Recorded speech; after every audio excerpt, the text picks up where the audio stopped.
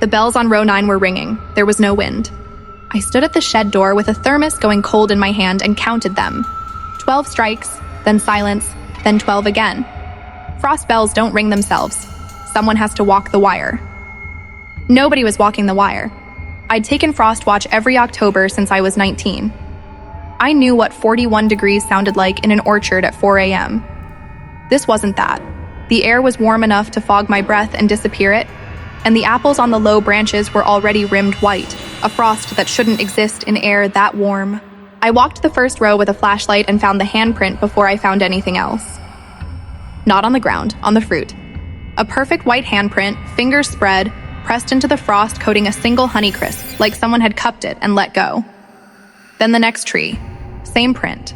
Same hand. Every third tree down the row, all the way to the fence line. The same 5 fingers pressed into frost that had no business forming. The party line in the shed rang twice. Short, long, our ring. County extension this early made no sense. Voss Orchards. My voice came out smaller than I meant it to. Static. Then a woman's voice, flat, reading off a card. Advisory for Cordon Hollow growers. If your bells are active without wind, secure the equipment shed and remain inside until sunrise. Do not enter row 9. If you hear a familiar voice calling from the tree line, do not answer it. Who is this? The line went dead mid-question. I looked back out the window at row 9, and something in me went very still, because someone was standing between the trees, and the shape of him, the set of his shoulders, the way he stood with his weight on one hip, was my father's. My father died 6 years ago in March. Mara. His voice came clean across 200 feet of orchard, no cup to his mouth, no shout in it. Just my name, said the way he always said it. Come look at this. Something's wrong with the bells. I picked up the phone to call him back and remembered there was no one to call. I didn't go to him. I know what county advisories are for, even the ones that don't explain themselves. I went to the barn instead, for the ladder and the bee boxes, because September's swarm still hadn't gone dormant, and I wanted them capped before whatever this was got worse. The bees weren't in their boxes. They were in the air. Frozen there, not dead, not falling, just suspended an inch above the lavender bed, wings spread mid-beat, the whole swarm hanging like a held breath. I put my hand under one and it didn't drop. It didn't move at all until my knuckle brushed a wing, and then it fell straight down, stiff and shattered on the gravel like glass. Behind me, the bells on row 9 stopped ringing.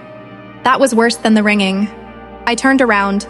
My father was closer now, 40 feet, maybe less, standing at the edge of the tree line with his hands loose at his sides, watching me the way he used to watch a storm coming in, patient, unbothered, waiting for me to notice what he already had. "You're not supposed to be out here," he said. "Go back to the shed, Mara." My own voice, small, "You're not supposed to be anywhere." He smiled at that. It was the right smile. That was the terrible part. Nothing about him was wrong except that he existed at all. I ran for the shed, and behind me I heard the bells start again. Faster now, no rhythm to them, just noise. And under the noise, other voices joining his. My mother's, my brother's, a woman I didn't recognize, all calling my name from different points along the fence like they were closing a circle. I got the door shut and the bolt thrown, and stood there breathing hard. Something knocked once against the wood behind me. Low, precise, like a knuckle testing whether the door would give before deciding to push harder. That's when I saw it in the shed's one window, my own reflection staring back at me. Except my reflection wasn't breathing hard. It stood there perfectly still, hands at its sides, watching me the exact way my father had, and when I raised my hand to touch the glass, it didn't raise anything at all. It just kept watching, patient, unbothered, waiting for me to notice what it already had. I don't know how long I stood there before I noticed the post. The shed center post is oak, 100 years old, and someone, many someones going back further than any hand I owned, had cut notches into it. Rows of them, in sets of 5, worn smoother with age the deeper they went. I'd walked past that post 10,000 times and never once looked at it straight on. I looked at it straight on now. At the bottom, barely legible, someone had carved a date. Not this year. 11 years before I was born. My hand found the post without me deciding to reach for it, and the cold of the wood bled straight through my palm, the same cold as the frost outside, and when I pulled my hand back there was a print left behind in the grain. Not sweat, not oil. Frost. 5 fingers, spread, pressed into 100-year-old oak like it was still soft. I held my hand up to the window glass to compare it against my own reflection's palm, and for one full second the print in the wood and the print of my hand matched exactly, ridge for ridge, before the frost in the wood melted into nothing. The party line rang again. I didn't want to answer it. I answered it anyway. Static, longer this time, and under the static, my own voice, reciting the exact county advisory word for word, a half second before I remembered it myself, like I was reading it off a card I couldn't see. I dropped the receiver. Outside, every bell on row 9 rang once and stopped, all together, and in the sudden quiet I heard my father's voice, gentler now, closer than the window should have allowed. "You always find the post," he said. "Every year you find it a little sooner." Every year. I looked down at the notches again.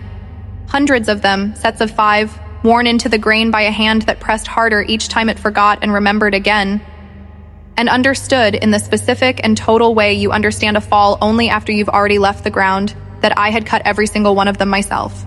Somewhere under the shed floor, ice ticked loose from a nail head. One small sound in an orchard gone otherwise, completely silent. The shed window fogged from my breathing, and in the fog a handprint bloomed from the inside. My hand, 5 fingers, before I'd touched the glass at all. I understood then what the bells were actually for. Not a warning about something coming into the orchard, a count. Every strike marked another year. The frost went out from row 9 a little further before it found the fence and stopped. It had never stopped at the fence before. I opened the shed door. Row 9 was white to the roots now. Every tree rhymed past the 4th branch, frost climbing the fence wire in slow, deliberate lattice, and standing among the trees were all of them. My father, my mother, my brother, the woman I didn't know, not threatening, not cold, waiting, the way you wait for someone to finish a sentence they've started 100 times before. "Come find the post next year," my father said. "You always do. You just forget you already have." I looked at my palm. The print in the frost, the print in the oak, the print on the windows, all the same hand. Mine. I sat down on the shed step and let my breath fog the cold air in front of me and watched it spread, slow and white, past the door, past the fence, out toward wherever the next row 9 was going to be. The frost reached the toe of my boot and stopped there, patient as everything else tonight had been, and I understood I could still stand up and run, the way I must have tried at least once, somewhere back in however many years this had already been. Running had never been the part I forgot, though. It was the sitting down afterward. It was choosing every single time, eventually, to pick the receiver back up. I didn't call anyone. I didn't run. I picked up the receiver instead, dialed the number for whoever might be listening on the other end of the party line tonight. And when the static cleared, I read the advisory off a card only I could see, in a voice that wasn't asking permission anymore. "If your bells are active without wind, secure the equipment shed and remain inside until sunrise." I paused. "If you hear a familiar voice calling from the tree line," somewhere behind you right now something exhaled and the window nearest you just fogged.